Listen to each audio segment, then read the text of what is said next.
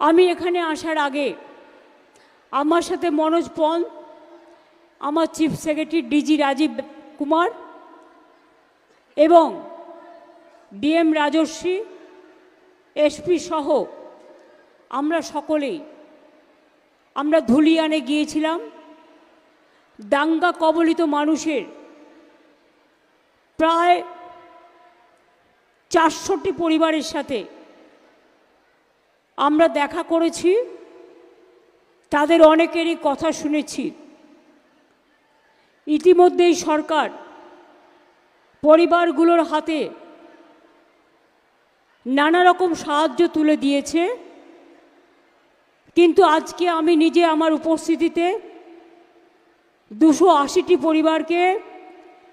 1,20,000 টাকা করে চেক আমরা দিয়ে এলাম এবং যাদের আরও বড় কিছু ভেঙেছে তারা